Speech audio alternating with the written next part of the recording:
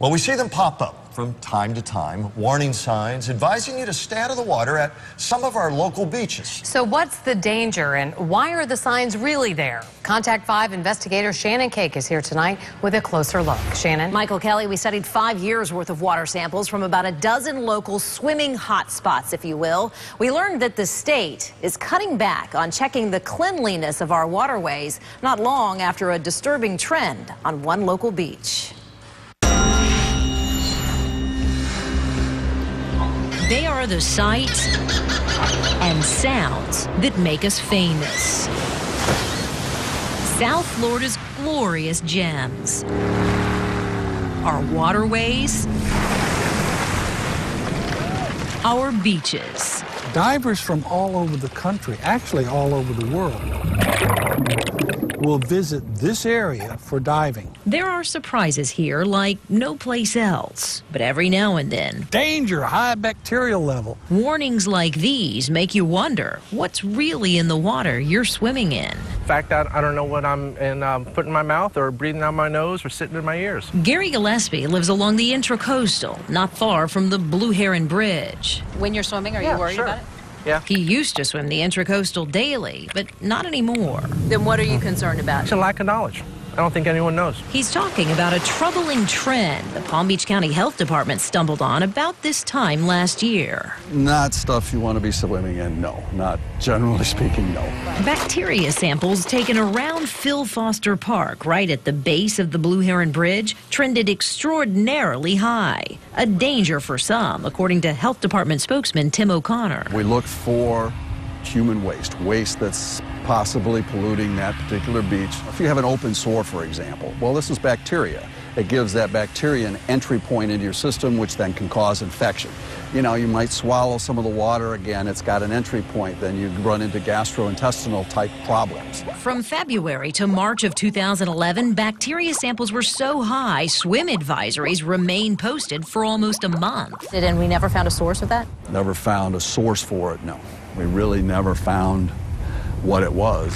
The Contact 5 investigators studied 5 years worth of health department water samples from about a dozen popular swimming spots. Phil Foster Park had the worst track record with 28 no swimming advisories. Du Bois Park in Jupiter posted 4 warnings. All other beaches tested clean. So we decided to do our own sampling. Working with the local lab, we doubled back to some of the same health department testing sites. Our samples came back clean for the most part, too. Just one sample emerged, Phil Foster Park. Our test for fecal coliform, which is found in human waste, tested in the moderate, almost high range. Is this a concern of yours long term? My concern is because a lot of the user group uses that beach and that swimming area for their children. Skip Kamajiri owns 4C. It's a dive shop just east of the Blue Heron Bridge. It means an enormous amount to our economy. So anything that ecologically affects this water, I'm terribly interested in. He's not alone. A flurry of emails between county staff, commissioners, and the Department of Environmental Protection tried to pinpoint the source of last year's contamination, calling the situation at Phil Foster Park perplexing. The emails questioned everything from boat owners dumping waste to bird droppings. And finally this, a large sewer line that runs the span of the Intracoastal Waterway. Lou Aragem is in charge of the water supply in Riviera Beach. He's in charge of that pipeline, too. No way is sewage leaking, he says, because pressure on all of his lines is monitored. You go out and check every single day? Every single day. So this popular park remains a mystery. And yet, recent budget cuts mean the water testing, designed to keep the public safe, isn't checked weekly anymore, but every other week, to save money.